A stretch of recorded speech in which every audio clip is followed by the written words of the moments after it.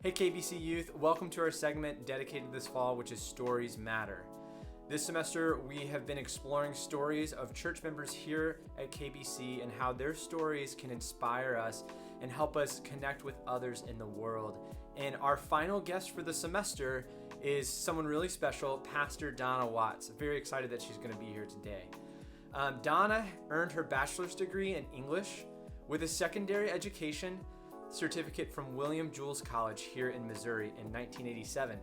She completed her Master's of Religion Education through Midwestern Baptist Theological Seminary in 1991.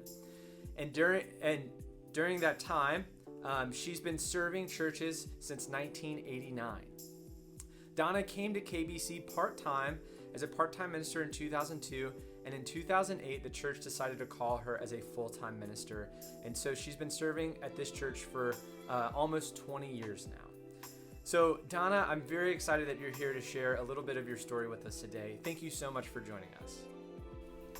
Glad to be here with you. So most of our kids, since you've been here for 20 years, have known you, have been a part of the church. We might have some new youth that have come here in the past few years, so maybe they're not as familiar with you. But can you tell us, I mentioned that you were hired, but can you tell us a little bit more about your experience here at the church and kind of what brought you here?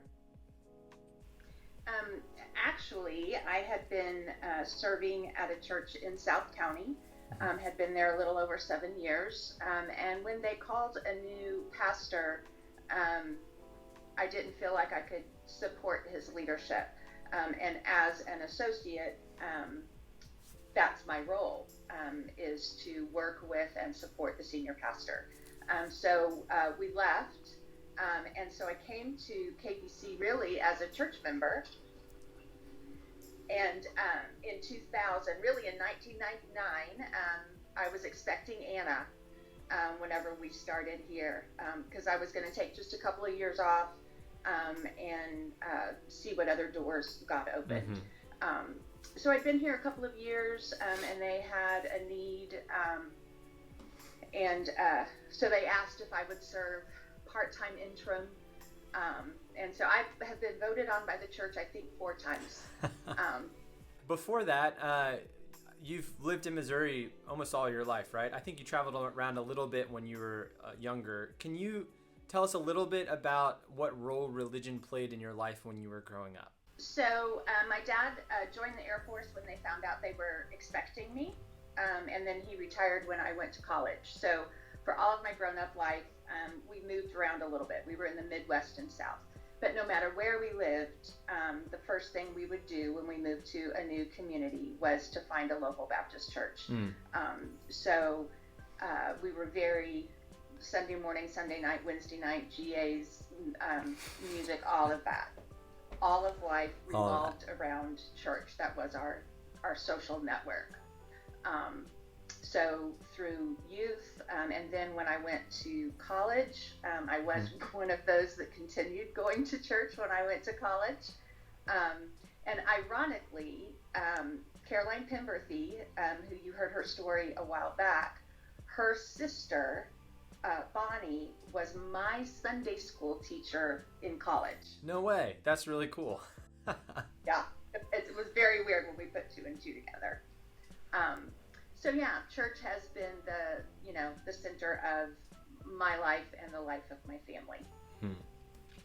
Going to Baptist churches, especially before the 90s, the idea of women being pastors, you could always take care of the children or do something of that, but the idea of you being an actual associate pastor that oversees a larger portion of the church wasn't really a belief or a way of life within the Southern Baptist churches.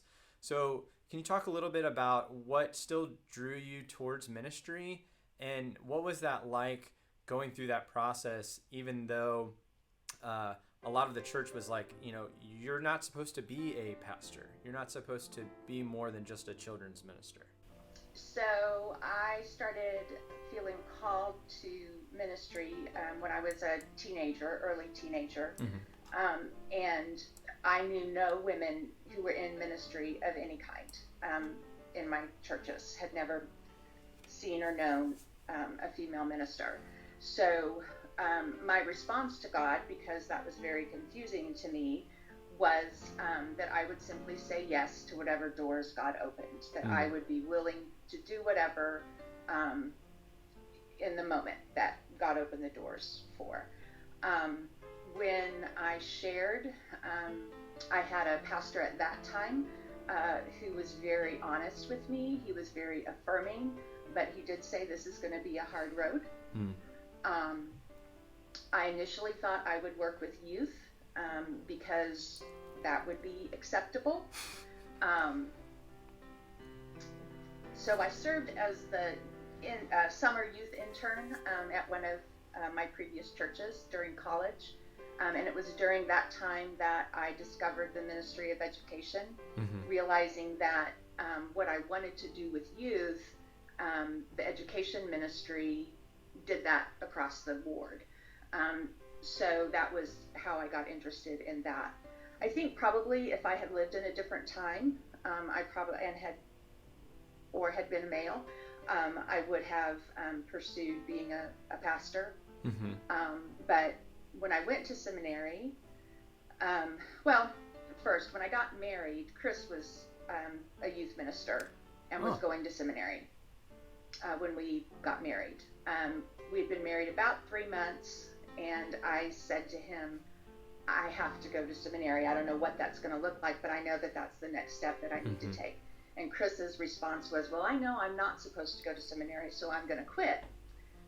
So when he resigned from the First Baptist Church of Oak Grove, he said to them, I haven't been called to be a minister, but I've been called to be a minister's spouse, which in 1987 was pretty rare.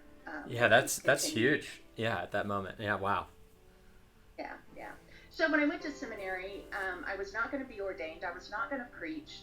And at that time, they had this Master's of Religious Education. And the only difference between that and the MDiv was I didn't take preaching classes and I didn't take Greek or Hebrew languages. Everything else was the same.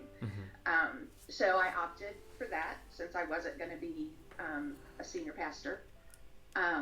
Was never going to be allowed to be in the pulpit. Yeah.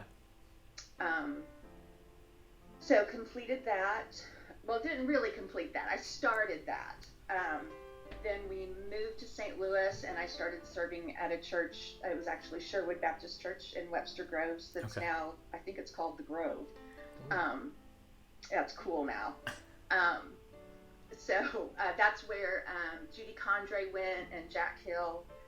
Jack Hill was actually on the personnel committee that called me to Kirkwood Baptist Church. So when I left there, he called his nephew, Jim Hill, who was the interim at KBC prior to Matt's coming, and said, he was the pastor at South County, and said, if you ever need a minister of education, you need to talk to this girl. So I waited a year, was called to South County. So all of those opportunities were simply put before me, and I said yes. Well, yeah, I think that's really cool, and especially for middle school and high schoolers trying to determine where they feel like they're being called to live out their faith, whether it's in a business world, or if it's in a nonprofit world, or if it's even going into some form of ministry. Having that reliance of like following where God is leading you is something really cool. I think, can you briefly just elaborate a little bit more for the youth? Like some of them have always grown up in this church where women have been seen as equal as ministers, but can you talk a little bit more about when you were going through this process? The Southern Baptist churches, and even Southern Baptist churches still don't recognize women as equal in forms of leadership. Can you just briefly describe that so that they understand like the differences between that and what our church has incorporated by having you be here and also by having women preach in the pulpit and all of that? The most blatant and example, and the one that would be most familiar to our youth, When I was a senior in high school, back in the day, the youth group voted on who would be the ministers for Youth Sunday, for Youth Week. So who would be the minister of education, who would do music, and I was voted to be the pastor. So when I went and met with the pastor, which is what you do, what we did in Youth Sunday, his statement to me was, you know, you can never be a pastor, and you are not going to be allowed to preach on Sunday morning or Sunday evening, but you may give your testimony on Wednesday night. And that's it. And this is because there's like a theological belief from scripture that many of these churches believe that say only men can be pastors versus, they have to be the ones in the leadership role, right? Right. And not only can't be pastors, women can't teach men.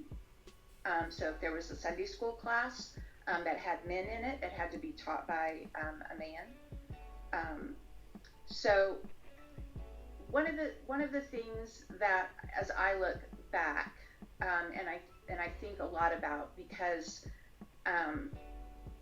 it never crossed my mind to try and fight the system or change the system. It was important to me to be able to serve. And so, although there were women of my generation who fought really hard, many of them went to another denomination because they were more accepting of women, and they could serve as pastors in that way. My tradition was important to me, so I didn't want to push. I wanted to be allowed in. So anytime a door opened, I would walk through it quietly. So the previous church where I served, I would have never been ordained. Never been ordained. I would have never been allowed to preach. I mean, and this is in the 1990s. Yeah. Late 1990s. Yeah. So I think that's a thing to remember as no matter what it is you're trying to do, as you are bumping up against whatever restrictions are in front of you. One way to go about it is to attack those with some energy. And that's an appropriate way to do that. That's advocacy. That's creating change. For me, it was important to just be able to serve, and knowing that by serving well, then some hearts would be changed. Yeah. There was a gentleman who I worked with very closely at South County, and when I started there, he voted against me. He didn't want me to be there, but we met every Monday, because back then we did Monday night visitation. So every Monday afternoon, he and I met, went through maps who had visited, and by the time I left, what he said was, I'm not so sure about women in ministry, but Donna's okay. It would be rude of me not to ask, since some of the youth might be concerned. You've been diagnosed with colon cancer, and I know you're going to start treatment pretty soon, and I'm sure some of the youth are kind of concerned. So I feel like I need to ask if you're willing to share, like, how are you doing with all of this stuff going on, and how can our youth be caring for you and your family, or just be praying for you in any way? Yeah, the colon cancer diagnosis was pretty surprising, and has been a process of, educating myself about that, coming to terms with that. The reality of where I am right now is I have the surgery, have recovered very well from surgery. I do start chemo on November 10th. I'll do an infusion on one day, takes a couple hours, and then I'll take chemo pills for a couple of weeks. Okay. So it's a 3-week cycle. I'll do 8 of those cycles, so it'll take about 6 months. From all that I have learned from different folks and from the doctors and nurses, side effects should be pretty minimal. It's not, I probably shouldn't lose my hair. It may get thin, but hopefully I won't look drastically different, so I won't be scaring people. And, the other symptoms are probably just really not feeling really good, being nauseous or very tired and those kinds of things. So church has been very generous and gracious, so I feel very much that I can take care of myself and listen to my body. And I really do covet your prayers. You know, obviously we do want to pray that the treatments work, and that I don't have many side effects. Yeah. But prayer for my family, I know, is you would think about something like this happening to your parents. That's hard to go through. Yeah. So even though my kids are grown up, I'm still their mom. Of course. But I have a real sense of peace, and this is one of those things about faith, is I have no idea what the outcome is going to be. I'm very optimistic and hopeful, but the bottom line is my history of faith is that God will be present. I may not be healed. I'm hopeful. Yeah. But regardless, that God is present with me, and that is enough. That is enough to know that I'm not alone in this journey, and that God uses, part of God being present is using people like you and the church family being present to me and walking along with me in the journey. Yeah. I'm good. Well, you know, I appreciate you sharing that, and I'm sure that's, you know, those are really important things for the youth group to hear too. So I really appreciate that.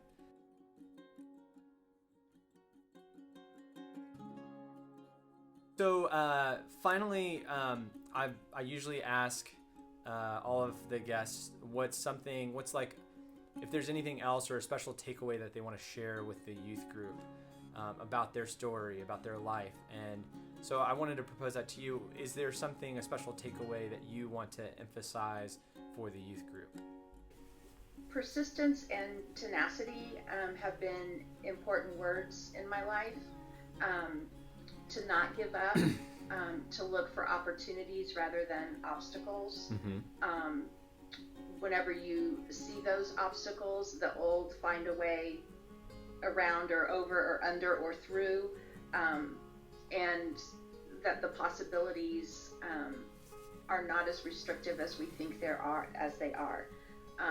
And certainly my faith that God is going to provide, and that God is going to create those opportunities and to lead me to those opportunities if I'm paying attention. That's the other thing, is really being alert and aware to what's going on around you and where God is at work. So I would just encourage you to seek out those opportunities and to not be fearful. To use power whenever power is appropriate, and to use subtlety when subtlety is appropriate. And part of growing up is learning when to which. Yeah. Donna, it's been a pleasure talking with you. This has been a lot of fun to hear more about your story. And I'm sure if the youth have any more questions, they can always reach out to you in any way, right? Anytime. I'm working from home, so really call, email, text, it's all good. Well, Donna, thanks again, and it's truly been a pleasure. Okay, thank you, Taylor. Bye, guys.